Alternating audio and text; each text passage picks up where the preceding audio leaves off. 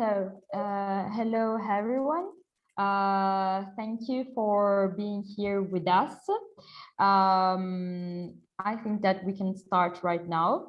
I am Matilda, the head of the Hikma workshop team. I just wanted to start with a really brief introduction on Hikma. Hikma is a small but ambitious group of students who wanted to create events and opportunities for other students to explore a wide range of topics and to act through a more rooted awareness of global issues. Indeed, the Hikma Summit of International Relations was created with the aim of bringing important guests and connect them with the ideas of young people and to create workshops that could become moments of great exchange and training.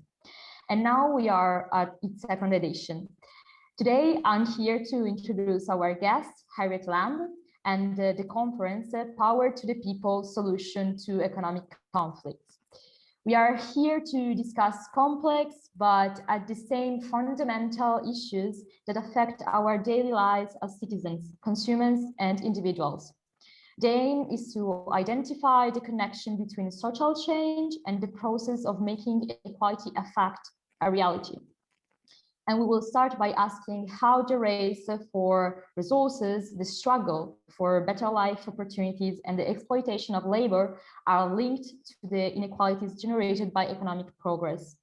The main focus will be on the most fragile people, those who have been affected by global market failures. And in this light, we will answer the question why and how civil societies can provide us and global leaders with fundamental examples of how to restore the link between people's wellness and fair and equitable global trade. But let's turn to our speaker. Today, we have a very important guest. Dr. Lamb has a career full of campaigning for fair trade, and she has always pursued fairness and civil society development. This can be noted by her well-recognized role in Fair Trade Foundation, of which she was the first executive director from 2001 and 2012, and she was CEO of the Global Standards Certification and Producers Development Organization, Fair Trade International, and the Peacebuilding Organization International Alert. Dr. Harriet is also the author of many books dealing with social justice and sustainability issues such as Fighting the Banana Wars and Other Fair Trade Battles. She's the first female honorary fellow of Trinity Hall, Cambridge, and she has also received a number of other important awards, including the title of Commander of the Order of the British Empire. Let's get to the technical info. During this conference, we will be using Slido. It is a tool that you can access in two simple ways. Either scan the QR code that you can see on the screen, or you can simply go to slido.com and enter the code. During Dr. Slam's talk, we will be doing some polls where you can answer her questions in the poll section on Slido. And in the Q&A section, you can ask your question and vote them. But now I won't steal any more time, and I leave the floor to Dr. Lamb, whom I thank again for being with us, and have a good conference, everyone.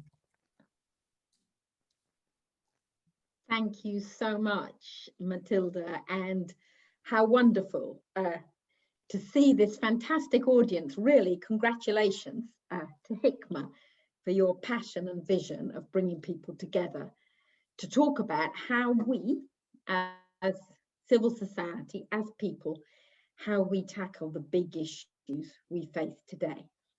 So I'm going to talk for about 45 minutes. I'm going to share some slides, which include some questions, include some films, and then we will have 45 minutes where I really look forward to hearing your comments, your views, your issues, your questions. As Matilda said, if you put them in Slido, then we can come to them after. So perhaps we can go, please, to the first slide. And what I'm going to talk about over the next 45 minutes is about, first, the issues that we face in this world that we need to deal with and how they're connected, and then to point to some examples of how people are dealing with them in connected ways. So I'm not seeing the first slide. We are we are going to share the screen. Just 1 minute. There is a okay. It really is. Okay. So there sorry. we go. All is good. So can we go to the next slide, please? If it's working, okay. Yeah. And the next slide. So here you go. I don't know if any of you know what this is. In English, and this is an English word most people don't know, it's called a murmuration of starlings. These are thousands and thousands of tiny black birds. They're little black birds that are very vulnerable. They're small and they're vulnerable to being preyed on. But they fly together as these incredible flocks of thousands of tiny birds. And because they fly together, they protect each other and they create something beautiful. And I think this is a lovely image for all of us in civil society who want to cooperate, to collaborate together to create positive social change. Maybe we work for charities or for non-governmental organizations, or we're campaigners or activists, or as consumers in our daily lives. We can all collaborate together in different ways to help create a beautiful image and the reality of the kind of future society we want to create. A low carbon, peaceful, and more equal society, full of kindness and compassion. And that's what I want to talk about today. But first, let's examine the problem. And if we could go to the next slide, please. I believe there are 4 fires burning in the world. The climate crisis, the crisis of rising conflict, of rising numbers of people forced from their homes, and rising inequality. And those 4 fires are all connected, and each one is feeding the other. Next slide, please. And you will know that climate change and the climate crisis is here now, today. It is destroying people's lives already. And here we come all the time to the theme of inequality. It is hitting the poorest people in the world hardest, the people who have done the least to cause climate change, and the people who have the fewest resources to fall back on. And it's hitting them hardest. And I always remember meeting coffee farmers in Tanzania who told me all about how the weather was changing, how when it used to rain, it was now sunny. When it used to be sunny, it was now raining. And they could no longer farm in the way they used to, and that was hitting their crops and hitting their incomes. And these are people who didn't even have electricity yet. And so the climate needs tackling not only as an issue in itself, but also the injustice in the climate crisis also needs tackling. Next slide, please. And at the same time as the climate crisis is getting worse, so too conflicts are rising. There was a time after the end of the Second World War when the zone of peace actually expanded. And gradually, more and more countries were finding peaceful solutions to their conflicts, but no longer. We have seen in recent decades climate rising, a conflict rising again and again across the world. And of course, again, it is connected. The climate crisis is very often an exacerbating factor in conflict. It doesn't cause the conflict alone, but it may make it worse. So to give you one example, in Syria, of course, the government, the regime had been in power for a very long time. And then there was a drought, and people who normally moved around actually were forced into the cities because of the drought. They couldn't feed their animals, and they were forced into the cities. And that put enormous pressure on the resources in the city. And the pressure was such that it bubbled up. And at that point of the explosion of tension, the government cracked down incredibly hard. And that was the spark that led to the Syrian conflict all those years ago. And so, although it is not that climate crisis every time is causing the conflict, it is making it worse, and it is more and more seen as one of the underlying factors. And of course, because we have more and more conflicts, so too more and more people have been forced from their homes. Next slide, please. Some internally displaced and some becoming refugees going overseas. But gradually, you see the numbers rising such that today, if we could go to the next slide, please. Today, we have more people forcibly displaced than ever before in human history. So that's a terrible situation that we face, that those people face. And if we can go to the next slide, please. Ah, okay, you've been voting all along. I was thinking, how come they know already? Okay, I see the questions are already in the chat. So please vote. Which country do you think hosts the most refugees? And there you go. You see the questions there. And here they are coming along. So cast your votes now.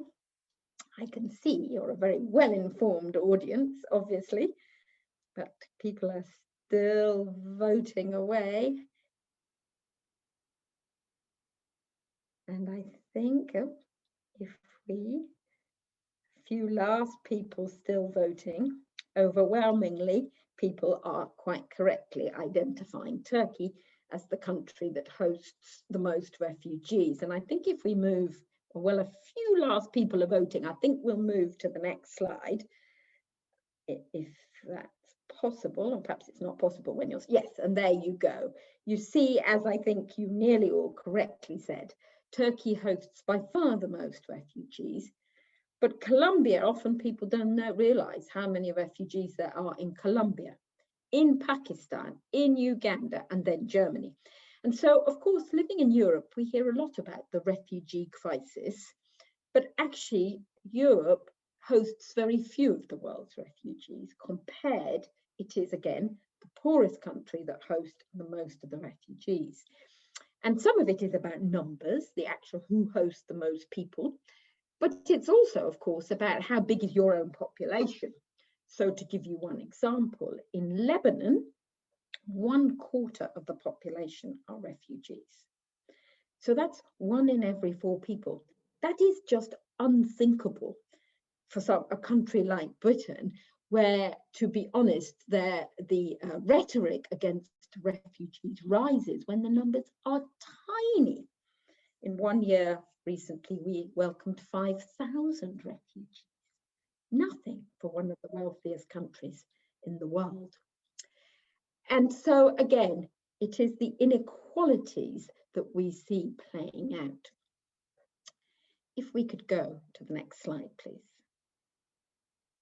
Because not only are more and more people becoming refugees because of rising conflict, but at the same time, we face the prospect of more and more people who are already, or will be displaced by changing climate.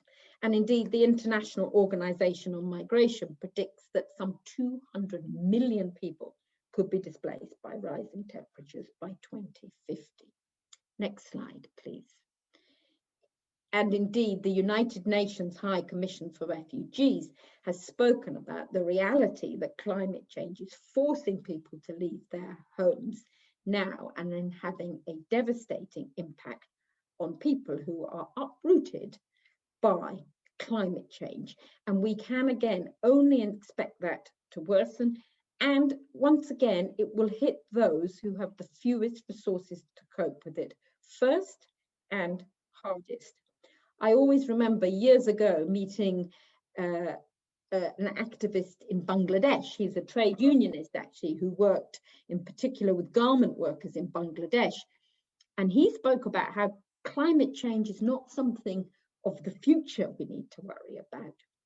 He said, we can taste climate change now, because the rising water level is such that even in the fresh water in Bangladesh, they are now tasting or the salt from the sea as the sea level rises.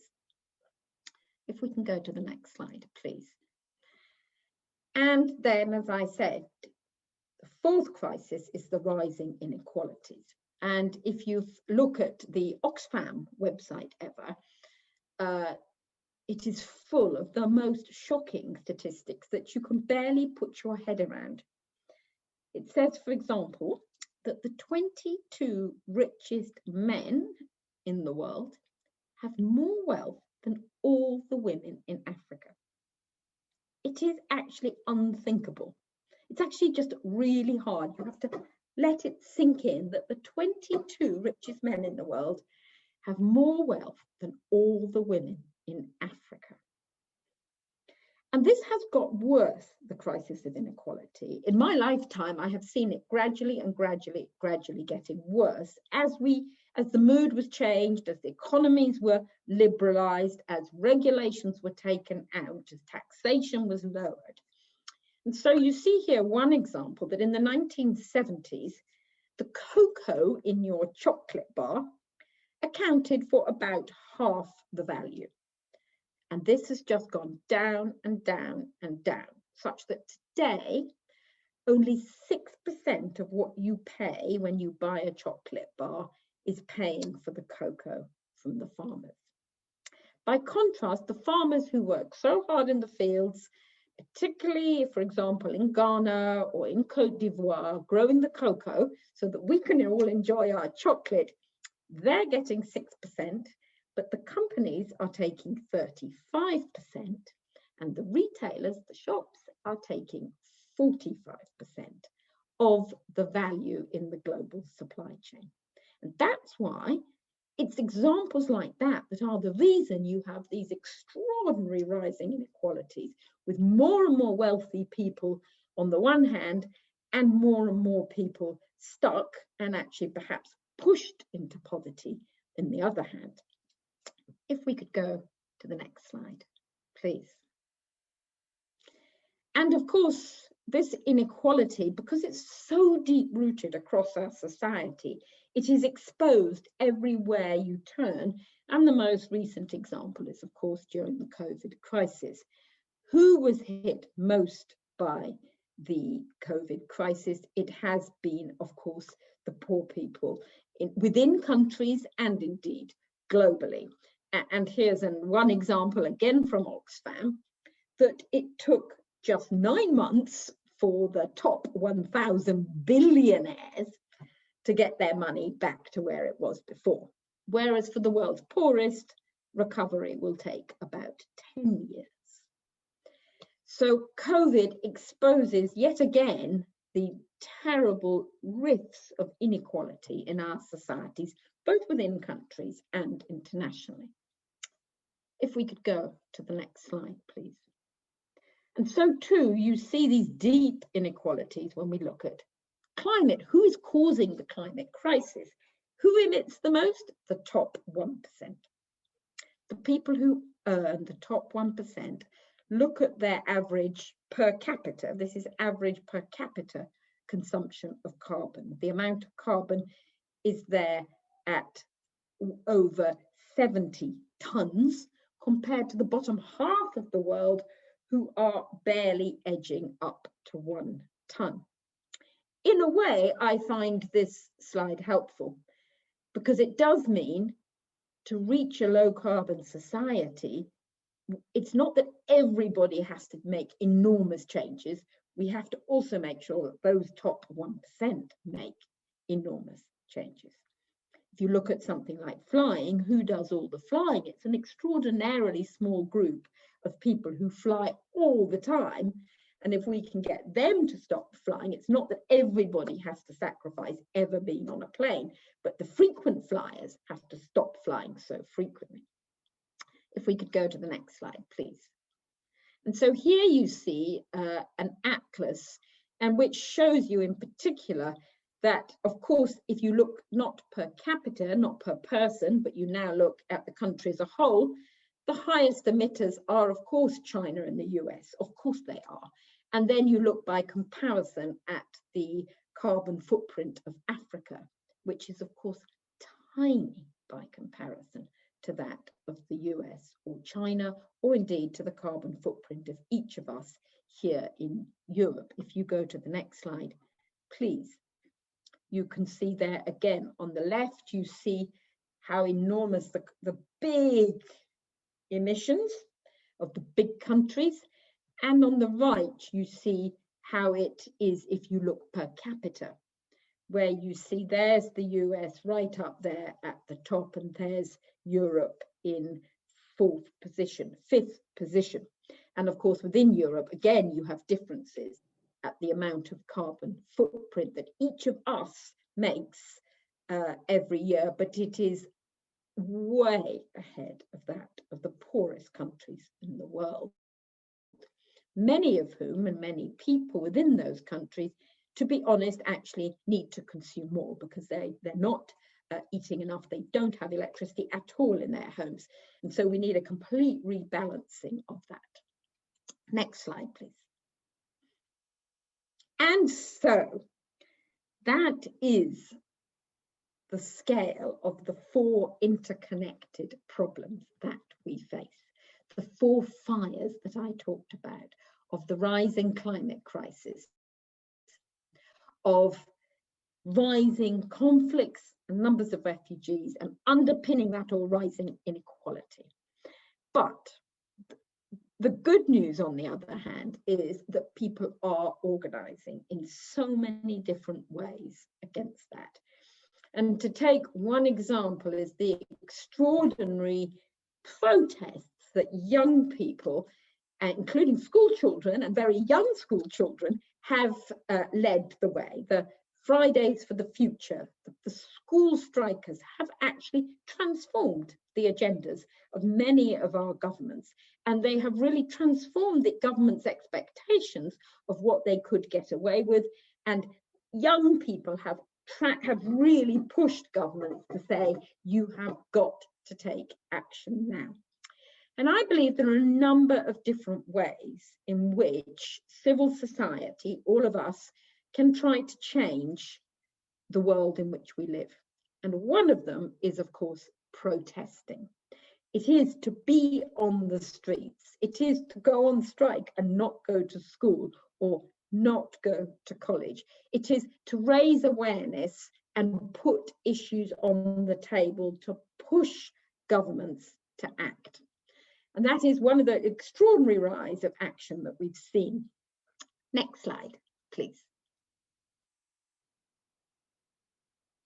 And another key role of civil society, I believe, is to help create the living alternative, to show how the world could be run differently, and to show that sometimes at a small scale, but seeking all the time to grow and grow and grow in its impact and scale through the power of firing people's imaginations and showing how it could be different. And I see fair trade, which, as Matilda mentioned, I worked for many years in fair trade, as one example of showing how we could do trade differently, how we could put farmers first, not last, how we can put the environment first, not last, how we can pay a fair price to farmers instead of all the time trying to push prices down. And here is another example from the climate world. I just want to check, Matilda, my computer is saying that my internet's unstable. Can you hear me? Yeah, Okay, good. I can hear you. Okay, good. So this is an organisation. They're called Repowering. They're based in South London, in Brixton, which is an area of high deprivation and with a very large Black community. And Agamemnon here, with his beautiful photo, Agamemnon Otero is a very dynamic leader who saw the potential that through solar panels we could really engage people in tackling the climate crisis, and believed very strongly that we needed to work first in social housing, in housing estates, in people who don't own their own home. The housing is owned by the government. And so this was the first place to put solar panels on social housing in the UK. And he did it by working with the community and starting where they were. And their priorities were not tackling the climate crisis. Their priorities were, how can the young people get jobs? How can I pay my fuel bills? I don't have enough money to pay my fuel bills. What can I do? And so he started with their priorities and then worked out how actually by putting solar panels on the roofs of the housing, they could firstly lower the fuel bills for the residents, and that they would train the young people in how to make solar panels, in how to install solar panels, so that they were gaining the jobs of the future at the same time as tackling the climate crisis. And so it's that idea of co-benefits, of you don't just try and tackle the climate or just try and tackle inequalities, you bring the two together. So you're tackling two issues at the same time.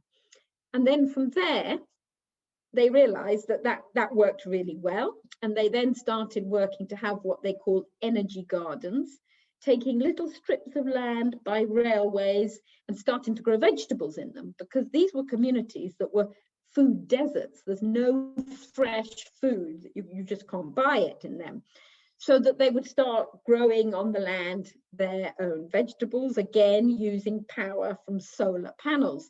And then they have bees and they do honey. And then they started growing hops, they're called, from which you make beer. And so now they've made this lovely energy garden beer. And it's really delicious. I'm sorry you can't, you're not all in England to enjoy it. It's really lovely beer. And it's a kind of symbol of the group, because it's actually really delicious, but when you open it, it bubbles over, it fizzes over. And I think that encapsulates the energy of the group, who are always looking at the next way to rethink how we can make our economies more inclusive, more based on the principles of solidarity, and through that help empower and inspire people to go the next stage in helping to create change. If we could go to the next slide, please. And it is through the two combinations of people marching in the streets and people showing how we can live our lives in a low carbon, fairer way, that is beginning to help change public opinion, so that, for example, 9 out of 10 people in Europe want their governments to take more action on climate change and voted in that way in the recent election. Next slide, please. And so it's the same in countering refugees. There are people who are out there marching and trying to show the government that they want their countries to welcome refugees. They're taking court cases to protect refugees. And then there are people who are actually themselves welcoming refugees, enabling them to perhaps stay in their home. There's a scheme that helps people offer a room for refugees to rent. Or there are schemes that directly enable communities to directly sponsor refugees.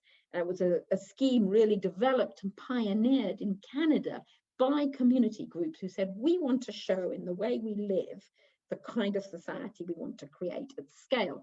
And so a scheme that started with just a handful of families in Canada has grown and grown and grown, such that it's a major force today in Canada. And then the idea has gone overseas and is now being taken up, for example, in Britain, where there's a scheme called community sponsorship for refugees.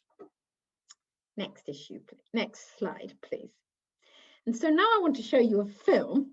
And this is a film, again, about an example of people who are tackling the two issues together. And this is about a group of women in Yemen, of course, a country, one of the poorest countries in the world, caught in the most terrible conflict, and how working there on both climate crisis and helping people earn an income can make the schemes more successful. So let's see if the film works. Yeah, we put the, okay, in the next slide. Okay.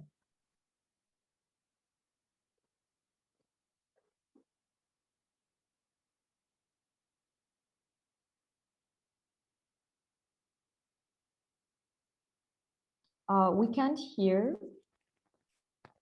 the audio. Maybe because you have to unmute yourself, Stefania.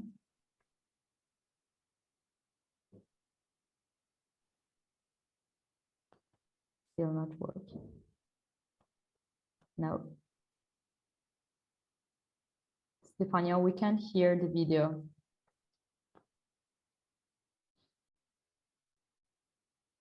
Guys, I'm so sorry. I don't know, maybe she can't hear me. Never mind, why don't we watch? I'm sorry. Okay. You missed the music. And of course, the music helps, imagine. Okay. But let's see. And then maybe before we get to the next film, she'll be able to sort it out. Now it's frozen. Never mind. I think that we're just going to try again. Okay, one last try, and then we'll leave it. And if we solve it, we'll watch them later. No.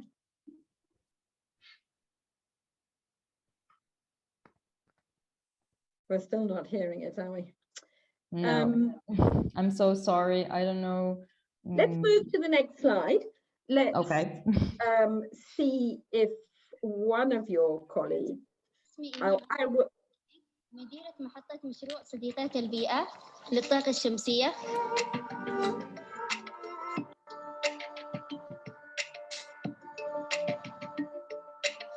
خوف، خجل، كذلك تردد، لكن فيما بعد هذا المشروع اعتماد على النفس، الثقة، لأن كفتيات خريجات ليس لدينا فرصة أمل، ونعين الأسرة كذلك.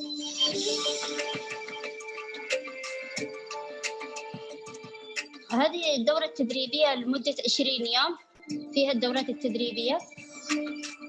عملنا دراسات حول المنازل المحتاجة للكهرباء. عملنا دراسة كذلك عن التكاليف المطلوبة للطاقة الشمسية.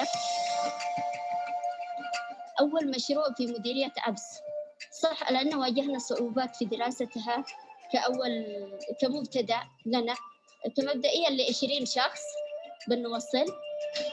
طبعا رسالتي أنا لكل فتيات عبس أو في محافظة حجة أو في كل محافظات اليمن أن يسعوا لتحقيق رغباتهم، أن يسعوا لتحقيق أحلامهم وطموحاتهم.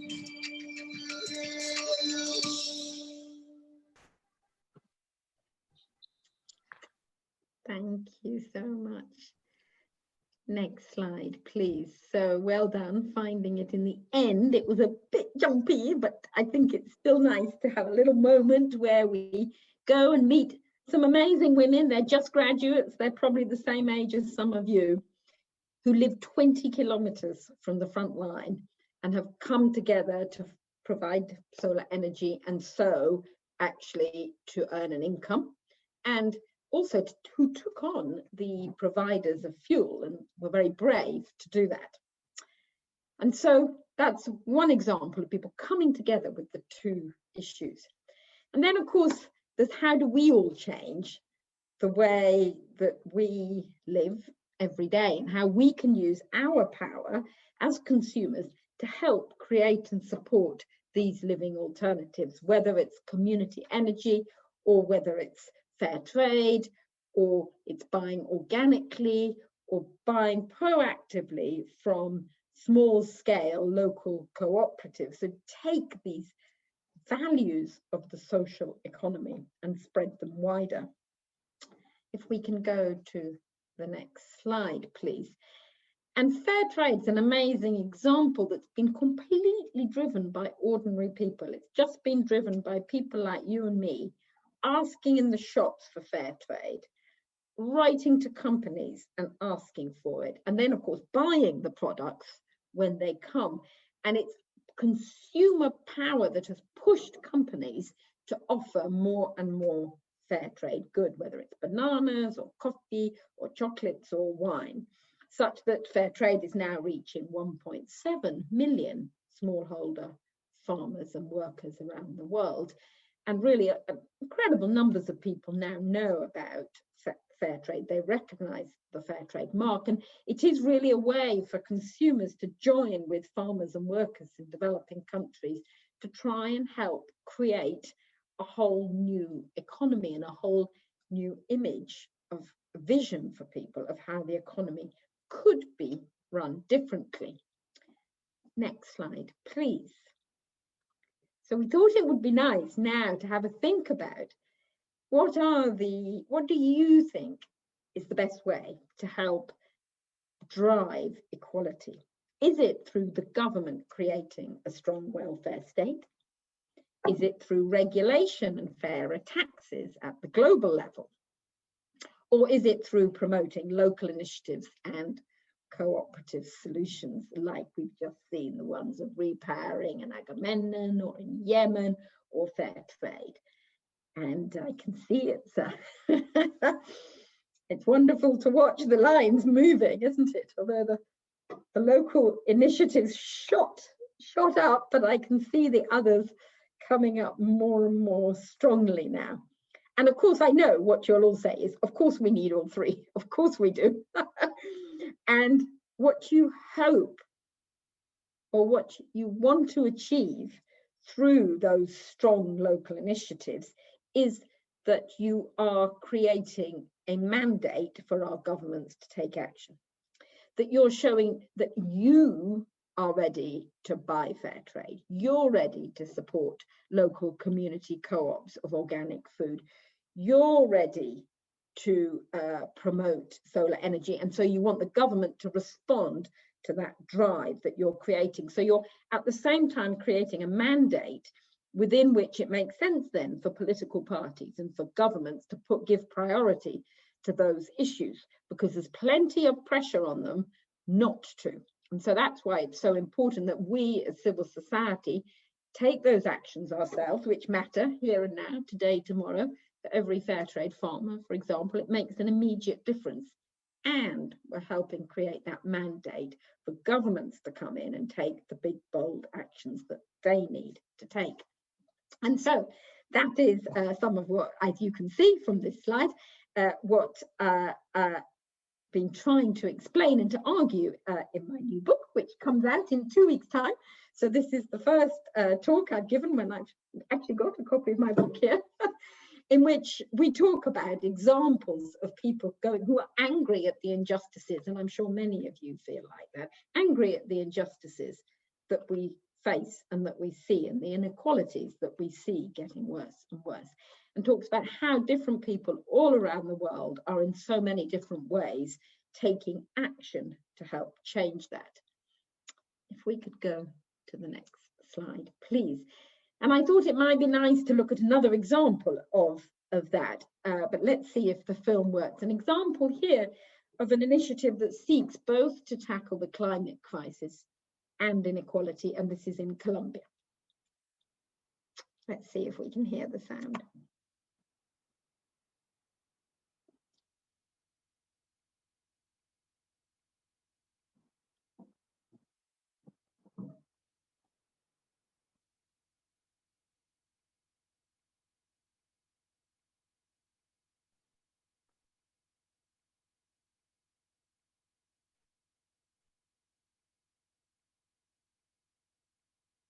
maybe there is a problem. Okay, never mind. I can tell you the story. I can tell you the story. I can tell you the Thank story of you Medellin. so much. That's okay, no problem. It's a shame. You just get lovely music, you get images, so it's much nicer than me talking, but I'll tell you the story. So I don't know if any of you saw the Netflix film Narcos, but you have certainly, yeah, exactly. It was very popular, and you certainly all heard about Escobar. And Medellin was the city that he came from, and that was famous for being the city with the most murders in the world. It was also, because of climate change, getting hotter and hotter and hotter. And so the mayor had this incredible vision of how could he both tackle the problem they had of the high rate of murders, the rising temperatures, and of course the inequality that was part of the social breakdown that they faced. And so he took many initiatives that were really about engaging the most marginalized people in Medellin in helping to change it also to become greener and cooler. So what they did was they took the areas of the city that were rubbish dumps, that were back alleys, that were dangerous places to go because that's where the drug dealers were and the men with knives and guns. And nobody would go there. And he took all those areas and they trained up local people in how to grow bushes and shrubs and flowers. And they turned all these areas into green corridors. It's called the Green Corridor. That's what it's called. It's called the Green Corridor project. And so that now what was once a rubbish dump like that, if you could see the film, you'd see then it becomes a playground and there are mothers there, they're chatting to their friends, their children are on the swings. The birds and the bees have come back to the city. And some of these corridors, they've turned into cycleways so that people can cycle around the city without having to go on the extremely dangerous roads. And at the same time, it's brought down the temperature in these places by 3 degrees. It's really phenomenally successful. And if they can do that in Medellin with all the problems that they face, imagine what we could do in all of our towns and cities to help both tackle inequality and to bring greenery and nature back into our cities. And so that's another example of some initiatives where this time it was started with civil society, but they worked with local government to help drive this through the city. And so if we go to the next slide, we can do another poll. So what do you think would help get social and economic change? What do you think is the best way to help drive, make trade fairer? So is it reform by the government at a national and international level? Is it grassroots action? Is it you and me going and buying fair trade? Or is it really looking at the financial aid that is given by rich countries to poorer countries?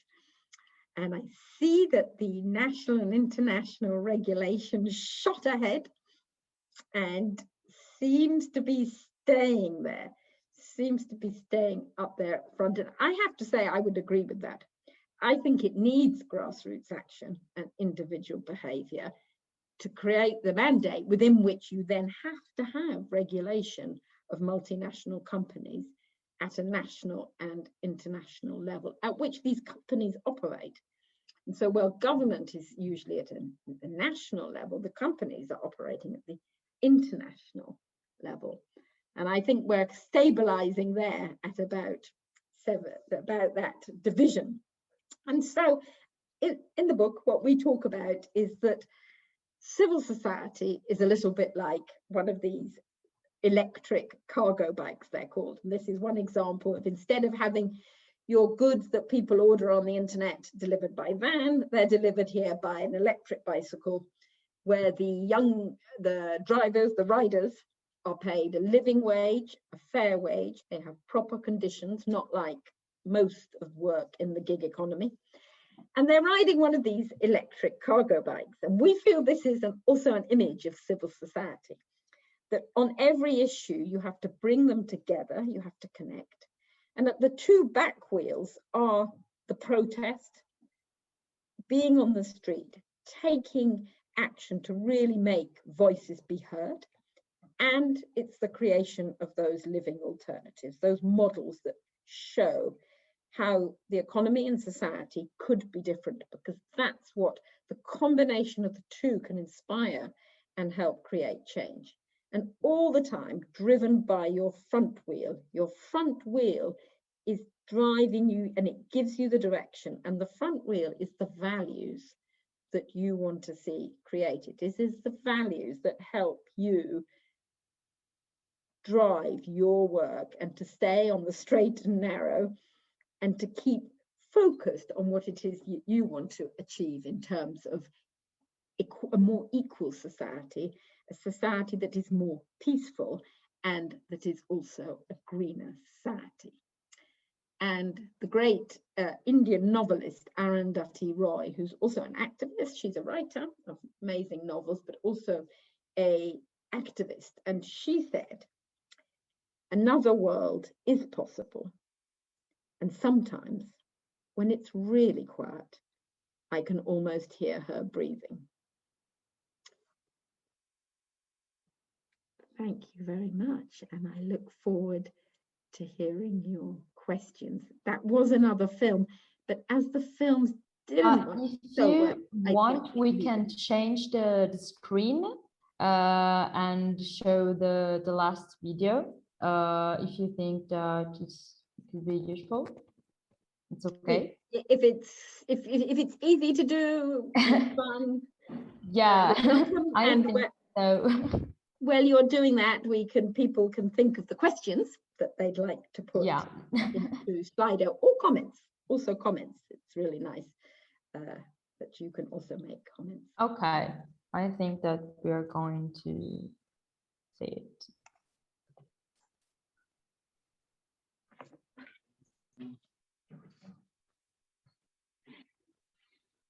The music, huh?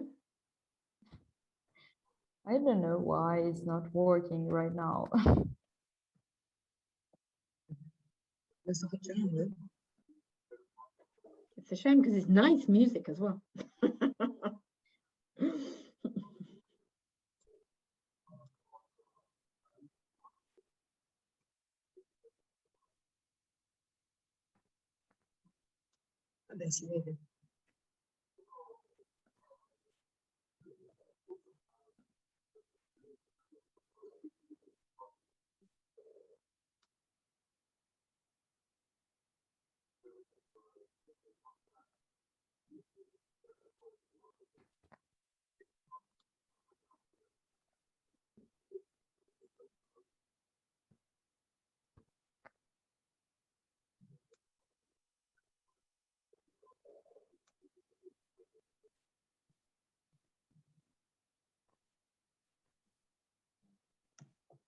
Well, I'm sorry, it's not so fun without the film, without the music. The music just gives it the bubble.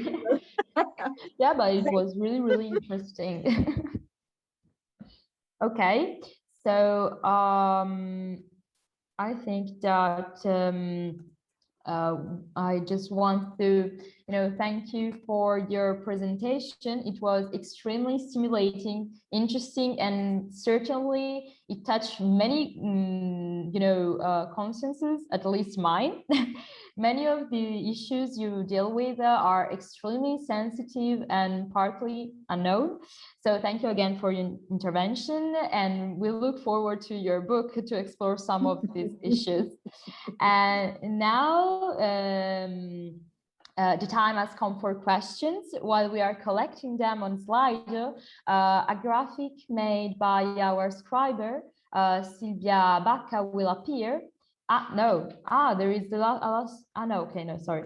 Will appear briefly summarizing the main points that Dr. Lam touched in her speech. And just,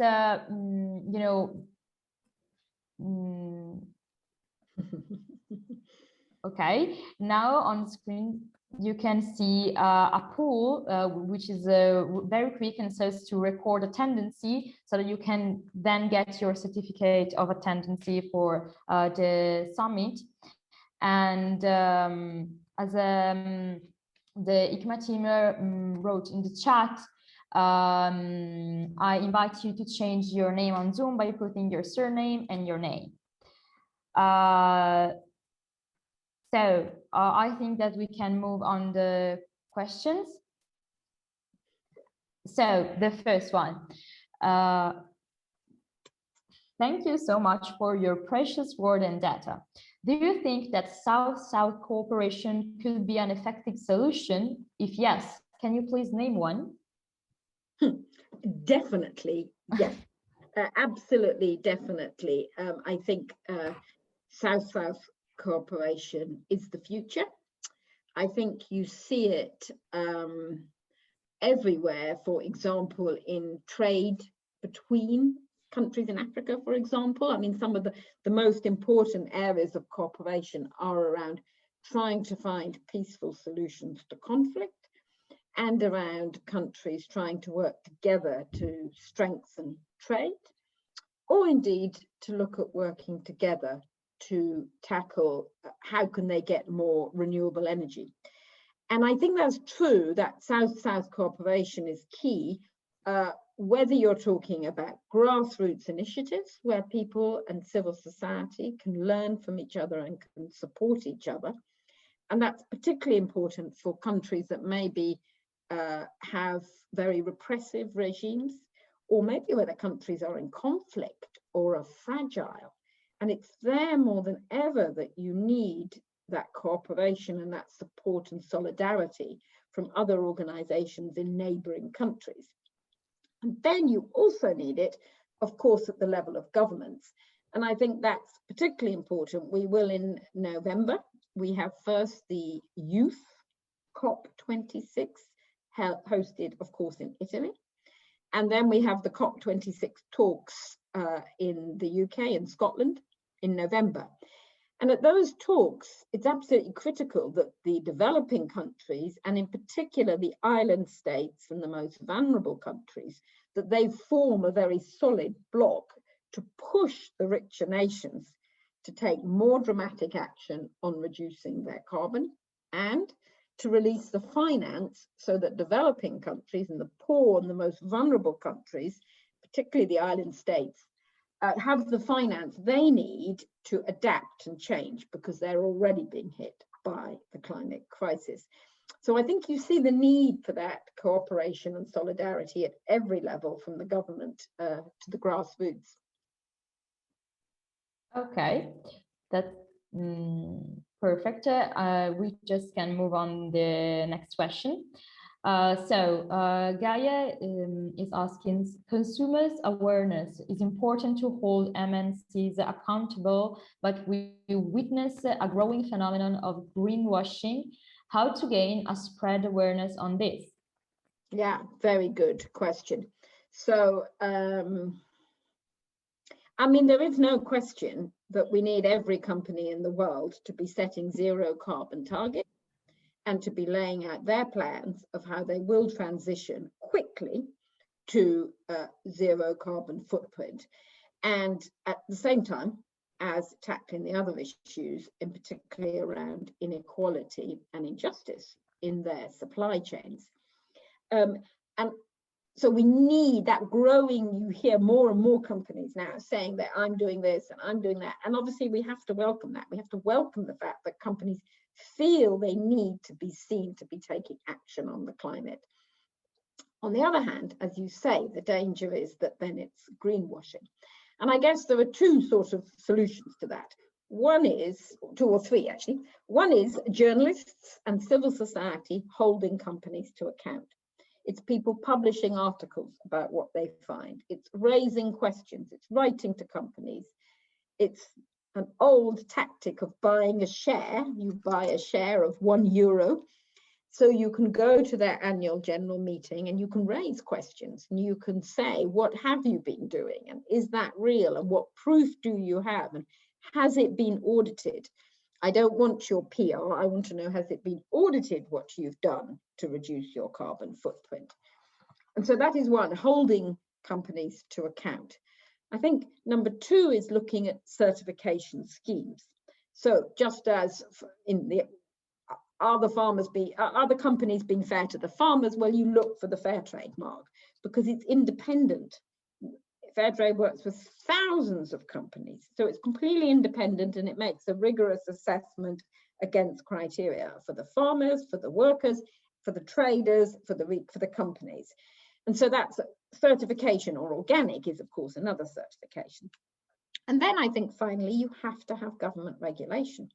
And I think we have to help switch the general mood of people, which for now decades has been that we should have less and less and less regulation.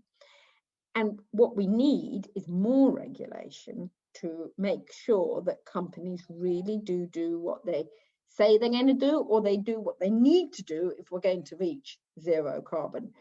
And I think it's that government legislation, whether at the local level, with local government is obviously very strong, somewhere like Italy, so local government holding companies to standards and setting those standards, through to national, and then of course international. And ultimately, it's best when it's international, because otherwise companies are just moving between countries and going where they can get least tax, lowest prices to the workers, least regulation. And that's why it needs governments coming together. And when, after the Second World War, the whole international architect was thought of, that you would have the United Nations, you would have the World Bank, the International Monetary Fund. And at that time, they thought about, did we need regulation of commodities, such as cocoa or coffee or bananas? And there was thinking about, what could we do about multinationals? And did we need to have international regulation of multinationals? And that issue just disappeared off. And that's why we have this terrible problem now of these companies, particularly the internet companies, not paying any tax to anybody and just wandering around the world and playing every country off against the other, looking for the cheapest prices, for the least environmental and social regulation, the lowest tax. And so what we need to do, I believe, is start to create those calls again for regulation, for intervention, including at the international level where most companies operate. And you know, many of these companies are bigger than many countries. And so it's impossible for countries to stand up to them. And that's why it has to be a level of international cooperation and collaboration. Of course, I talk about the need for international collaboration sitting in Britain, which has just left Europe. So that's an indication of the scale of the public mood that we need to start to change, so that people don't turn their back on international solutions. Instead, they see them as providing their solutions, but that they speak to ordinary people as well. They're not just seen as elite talking shops, but they're seen as really tackling the issues that everybody cares about, such as jobs. Thank you. So,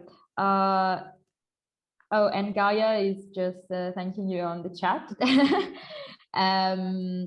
The next one, concerning humanitarian agencies' activities, in particular poor regions, do they tend to protect Western interests, resulting in worsening the situation?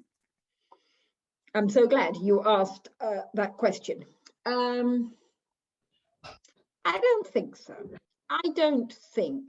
I think most humanitarian organizations are very, very committed to saving people's lives, to going into often very difficult, dangerous situations and helping protect every life, and this sense that every life is sacred. And I think we can be very proud of some of the amazing organizations like Médecins Sans Frontières and the Red Cross, and people who are incredibly brave and are so badly needed. However, it is true to say there is definitely a problem within the humanitarian sector and also within peace building and development organizations, that they are dominated by the big international famous names, the big voices like Save the Children, who get most of the money, who get the attention, who employ expatriate staff, who then get paid more, they then suck up the national staff because they can pay more.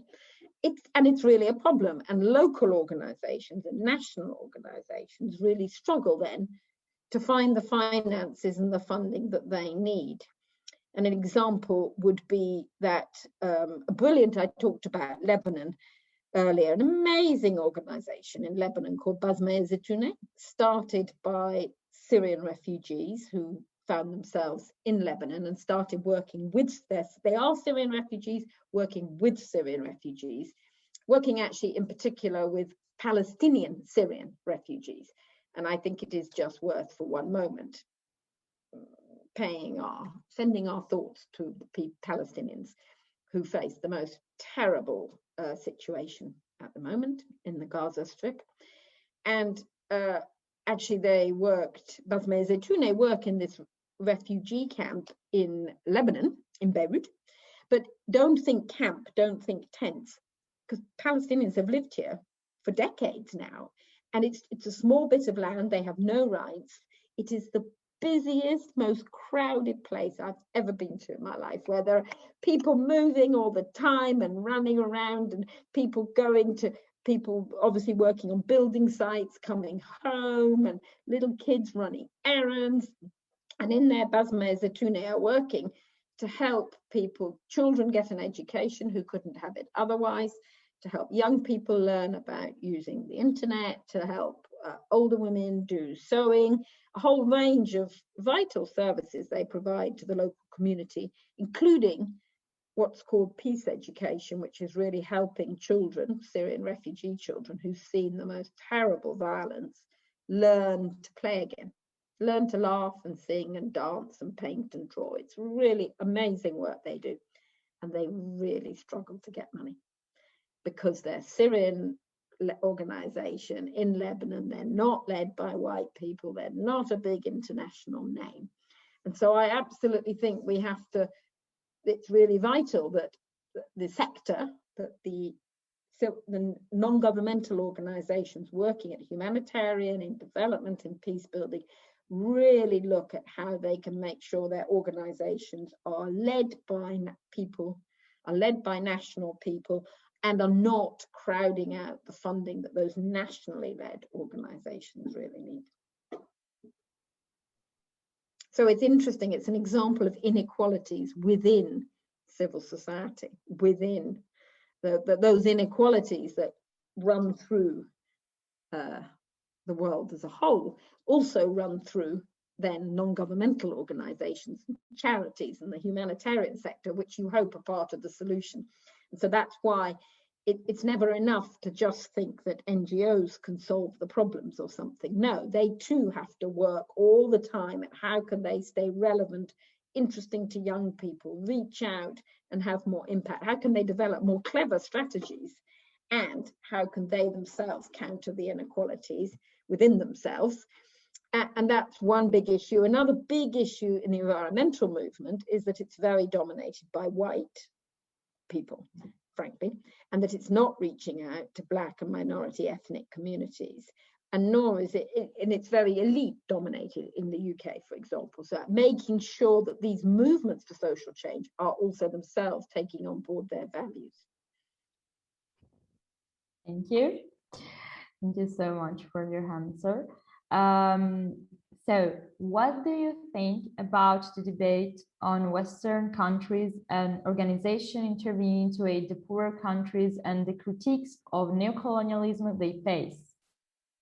Yeah, I think it's really complicated, isn't it? Because obviously it's really difficult, because it would be too easy to say, okay, it's neocolonialist, so we won't worry about the rest of the world. We'll just look at inward. We'll just turn into ourselves. And of course, that is the rhetoric of the populist movements of the moment. It's the rhetoric. It was the rhetoric of Trump. And let's not forget how large percentages of people still voted for Trump. He didn't win, but a huge number, millions of people still voted for him, because that rhetoric of let's turn inwards and look at our nationalism first is a very strong rhetoric that appeals to a lot of people, including, as I said, Brexit is another example. So it's very tempting to turn inward, and I think that's too easy. I think we have to say, how can we find a new kind of internationalism that is not about neocolonialism, but that is about supporting and enabling those movements in developing countries and those governments to create change for themselves and create the kind of change that they want to see without the neo-colonialism. And so, for example, aid is very, money going from wealthy countries to more deprived countries is very often used as a way to promote the products or the companies of the wealthy countries, or to promote a very market-dominated model that, a very capitalistic market-dominated model that will solve the problems. And obviously, and combined with people like the World Bank or the International Monetary Fund insisting on austerity measures within government, and obviously that's got to change. And then, it's not good enough then to say, well, let's not give aid. I think the opposite. I think we have to find a new vision for how could aid really work to help build this fairer society. And that's really important in the climate debates. The climate finance is absolutely at the heart of the discussions that will be taking place in the UK at COP26. So much of it is about developing countries saying we can't possibly make the transition to low carbon if we don't get the finance that we need to enable us to do it. But it has to be financed without the kind of interventions, the neo-colonialism and the strings attached. So I think we have to really wrestle with these issues, and we have to try to find a new vision of what would international solidarity look like if it was working at its best. It's always easier to criticize. It's always easier to find the problems with neo-colonial aid. It's much harder to work to think what would good aid look like. But I think that's what we need to do, which is above all else, starting point is listening to the governments and the people of developing countries who will be coming forth with their ideas and their demands and their requests and what they want. And it's backing and supporting those above all else. It's really, really interesting because many of the points that you touched in your answer were also addressed in the first debate yesterday. And I'm confident that we will find a solution, and the new way. Let's hope in young people, obviously. In the end, that's also the purpose of all these conferences. That's fantastic. And really congratulations, because it's really difficult and nobody has those answers. Nobody knows, what is that new international vision that we can believe in and that we can unite behind. And there's no question we need it, because there was a time, maybe 20, 30 years ago, when I think people had a vision of how we could cooperate internationally. And that's now been discredited and it's not working. And so there's an empty space and that's open for people like you to come in with your ideas and to help think about how could it be. Yeah, I know, but I'm really full of hope for the future.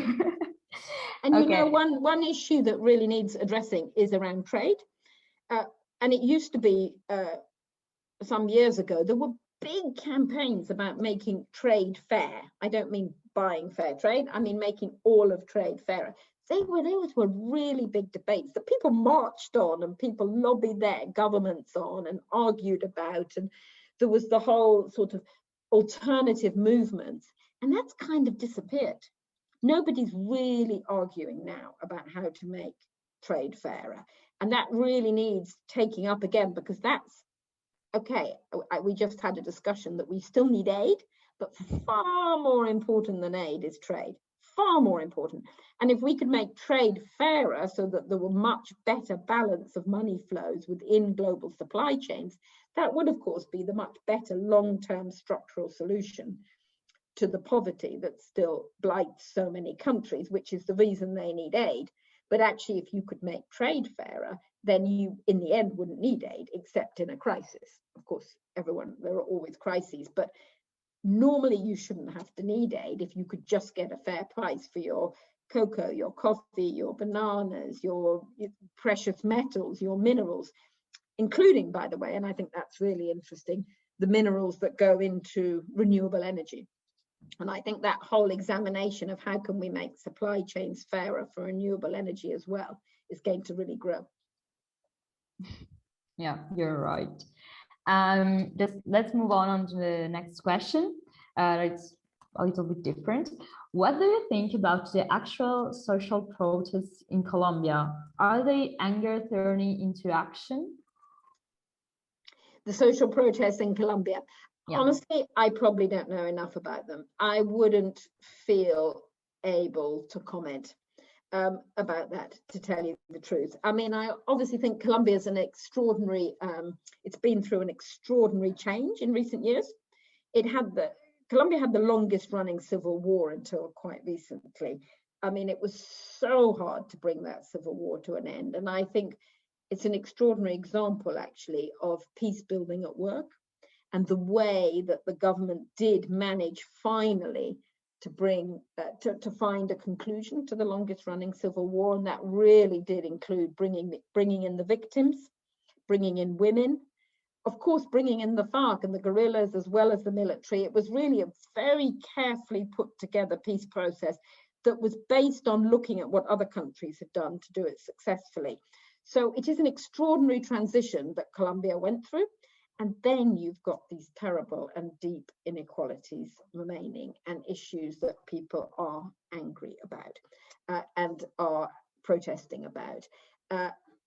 As well as, I mean, Colombia is an incredible country as well, of people being very well organized, also in showing the alternatives. But honestly, I couldn't comment enough on the current situation. Okay, thank you. So, and another question is, hello, Harriet. Thank you for this presentation. I was wondering if you had any thoughts regarding the relationship between regionalism and economic conflict. Thank you. Regionalism and economic conflict. Yeah. Regionalism? Can that person explain a bit more quickly in the chat what they mean by regionalism and economic conflict, or give an example to help me understand what they mean? And economic conflict, do they mean conflict, or do they mean? Well, I don't really know. Maybe we can move to the next one, and then. Okay, why don't come back. That person can explain it a bit more and then come back. Yeah, good. Okay. So Luna is asking, in your opinion, how did globalization affect inequalities between states and inside states? Yeah, it's a very good question. Well, I don't even think it's my opinion. I think all the facts show it made it worse.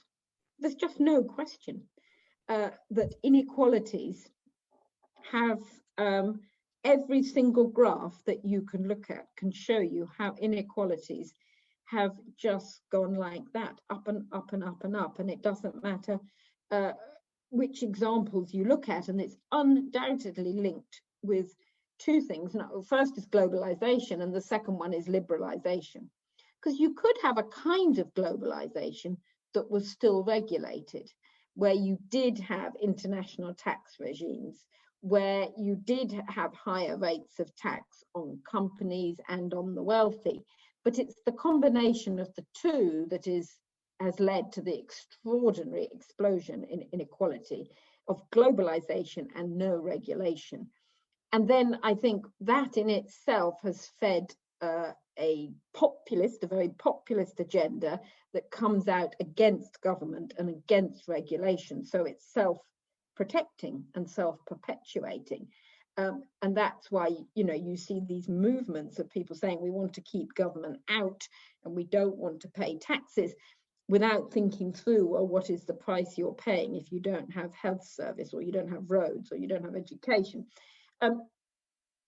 So and also a shift in social consensus. And that's where I think, again, civil society comes back, because it's civil society that is best placed to help create social moods and social consensus. Governments can't regulate for that, but we can all help create an expectation that society should be more equal, an expectation that you do care for refugees and open your doors to them. And that's where I think more almost than anywhere else, that's the role of civil society, of people. Because, as I say, governments can't pass laws for that, but we can help create a mood where it's coming back to saying we need to control globalization and make sure globalization is working to benefit more people, not to benefit that tiny elite, those 22 men who earn as much as all the women in Africa. And so I think, yeah, so, and the countries, of course, what all the evidence shows is that the countries that are less unequal, so the countries that are more equal, are happier. And it's really interesting to look at countries like Bhutan, for example. They could become a more wealthy country. They could have more tourists, but they chose not to. They chose to say, we think it's more important to be happy and to keep a level, to keep a lid on inequality. And that in that way, there's a very good book called The Spirit Level, which has evidence from across countries, including particularly in Europe, that the more, at first, when people get more wealth, they become happier at first. But then you reach a level. And after that level, as income rises in the country as a whole, as inequalities deepen, people become unhappier.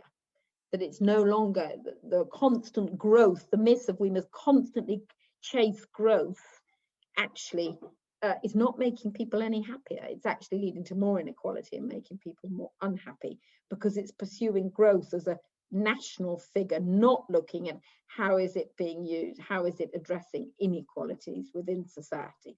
And that's also, I think, going back to these big issues we need to struggle with. That's another one about how do we tackle poverty and inequality, but without running forever after this myth of growth, of eternal growth. Thank you. So I think that this is the end. So thank you all for your questions. They were very interesting. And obviously, I would like to thank Dr. Lam. It was really interesting to listen to you and to confront with someone with your experience.